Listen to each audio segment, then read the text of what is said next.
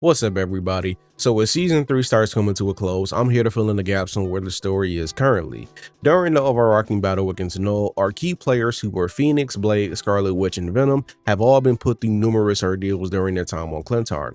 Jean and Phoenix lost their first encounter against a symbiote-infused Hela, and Phoenix retreated into a failsafe mode, locking herself inside an egg.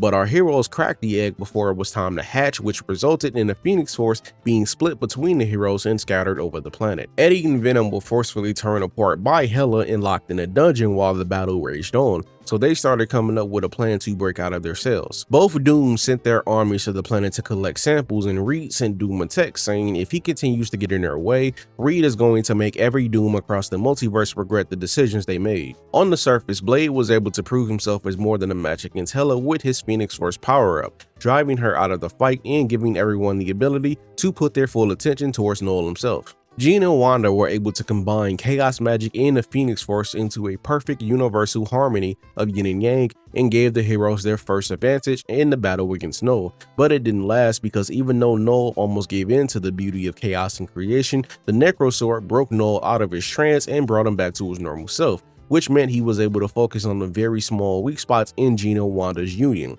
Jean and Phoenix were still weak from Hela's attack, so Null went after her directly and that broke the union, but Wanda was able to cast one last spell before Null got to her next to give Venom a chance at winning this fight. Eddie and Venom at this point have rejoined the fight with a serious power-up. They have both the Phoenix Force and Dracula's sword in their arsenal, and it's proven to be a problem as the Necro Sword admits this is the only blade in the universe that's actually able to match her. The sword is a she, by the way. She's in awe because she notices that Eddie and Venom's perfect bond has let them transcend what she and Null have, and she's jealous, but the odds are still in Null's favor.